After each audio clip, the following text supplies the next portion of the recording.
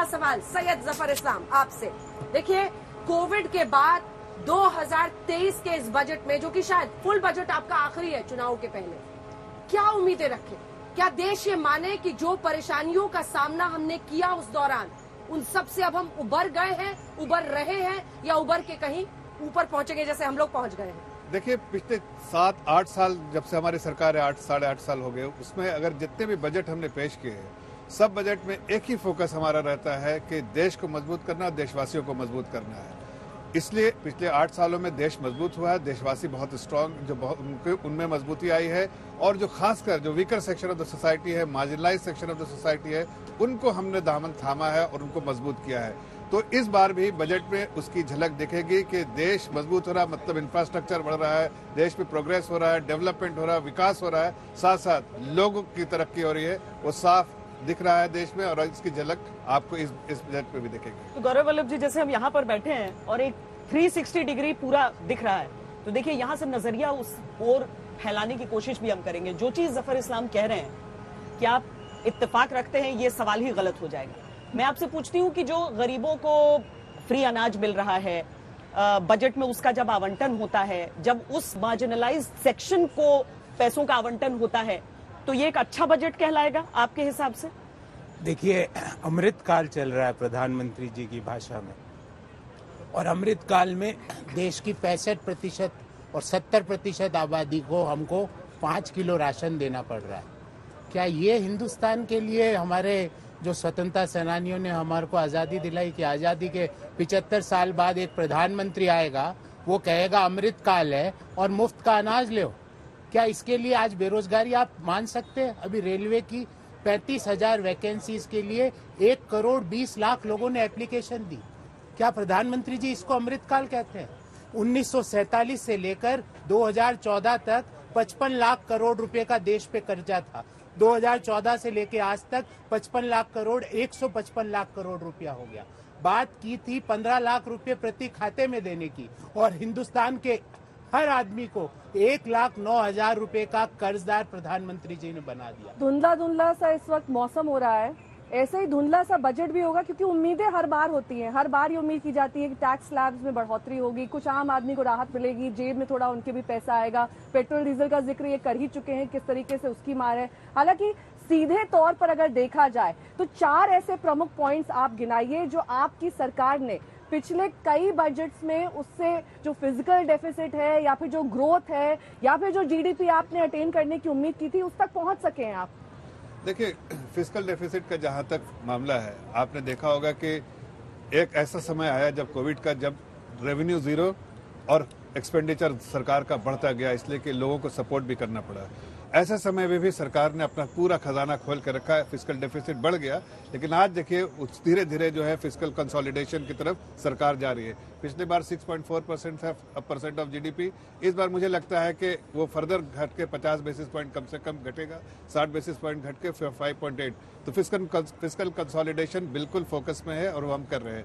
साथ साथ अगर आप देखिए तो जो जीडीपी का साइज है, जब इनकी सरकार थी 2014 में जब खत्म हुई, तब 112 लाख करोड़ की जो है जीडीपी थी, 112 लाख करोड़ का। आज देखिए जीडीपी का जो है 275 लाख करोड़ की जीडीपी है, जीडीपी का साइज बड़ा है।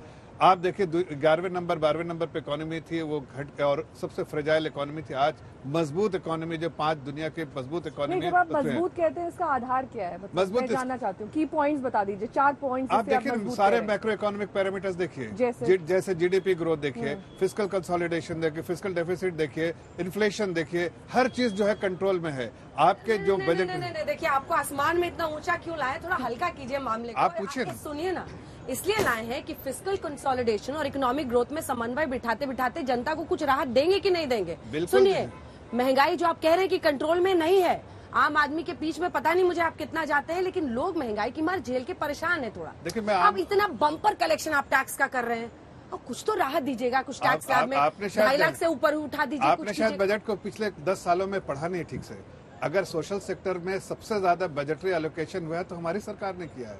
अगर आपने देखे इसमें एजुकेशन सेक्टर में 1 लाख करोड़ का बजट हमने दिया, 30,000 करोड़ था इनका। अगर आप हेल्थ सेक्टर में देखिए तो 30-34 हजार करोड़ से 86 हजार करोड़ का बजट हमने दिया है। हम जिस सेक्टर में देखिए percentage of GDP and absolute amount दोनों में हमने दिया है, सपोर्ट किया है आम आदमी को। और आगे भी देखिए हमने जिस तरह के इंफ्रास्ट्रक्चर, रोड जो है, जमीन हर जगह पर आप देखिए गांव-गांव में रोड पहुंच रहा है। चूंकि 10 साल का बजट बहुत अच्छे से पढ़ा है, तो अब मुझे ये बताइए कि महंगाई क्यों हो रही है? आम आदमी ये पूछता है तो उसको जवाब दीजिएगा कि खाली हम लोगों से पूछेगा कितना बजट मैं पढ़े महंगाई नहीं के बारे में बताता हूँ। देखिए महंगाई आप दुनिया के परिप्रेक्ष्य में फिर भी देखिए। दुनिया? नहीं, एक बार एक सेकंड सुन लीजिए। फिर दुनिया? अगर एक सेकंड सुन तो लीजिए अंजना जी, हम अकेले इकोनॉमी की जब बात करिए तो सिर्फ देश की नहीं, इंटीग्रेटेड इकोनॉमी होती है। दुनिया, हिंदुस्तान को आइसोलेशन में नहीं, दुनिया के परिप्रेक्ष्य में ही देखना पड़ता है। यही तो वो भी समझाते नहीं, थे। एक सेकंड सुन लीजिए। तब आप कहते थे अब की बार महंगाई पर नहीं, मार। तो आप 10% डबल डिजिट था और यहाँ पर आपको 6% के आसपास है। दोनों में फर्क है ना। और आपको पिछले 8 सालों का देखिए वेटेड एवरेज निकालिए तो आपको 4.5% जो है फिजिकल 4.5%। लेकिन एक बात है वो भी बदला, मुझे लगता है जो हमारे थर्ड एक छोटी सी चीज, हमारे न्यूट्रल ऑब्जर्वर्स हैं उनसे हम बीच में बात जो इन्होंने कही। नहीं गौरव वल्लभ जी, एक सेकंड, आपसे भी एक सवाल है जी। तो वैट क्यों बढ़ाए? वहाँ पहुँचते हिमाचल में सरकार बनाते हैं 3% बढ़ा दिया। एक-एक और पेट्रोल पे- डीजल रोते रहते हैं। एक-एक पे बात सरकार में करते जाते हैं, आपको भी नोट चाहिए, रुपया चाहिए।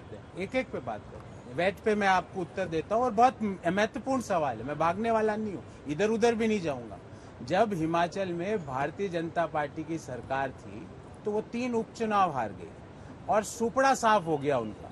उन्होंने आनंद फानंद में आके क्या किया कि 9 रुपये वैट पर लीटर कम कर दिया, जिसके कारण स्टेट पर 75,000 करोड़, क्योंकि उनको पता था हम तो जा रहे हैं। यही इकोनॉमी से भी समझाते हैं मेरी पूरे बात देश को। सुनो, मेरी बात सुनो। अडानी 9 गाली देते हैं, रुपये- गहलोत साहब उनके साथ मंच पे खड़े हुए हैं बड़े अच्छे से। मैं उस पे तो भी- आप उनका उस पे सत्कार भी करें तो जवाब अच्छा दूं, है, ये उस पे करें भी तो पाप जवाब है। दूं। आप उस पे हम भी वही जवाब फिजिकल दूं। कंसोलिडेशन तो कर रहे हैं, फिजिकल 75,000 मैनेजमेंट कर करोड़ रहे हैं। जो घाटा हुआ उसको रिकवर किया।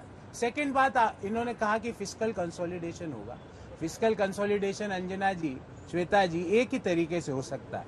अगर जफर जी और इनके मित्रों के झूठ पर जीएसटी लग जाए तो फिजिकल इतना खजाने में पैसा आएगा।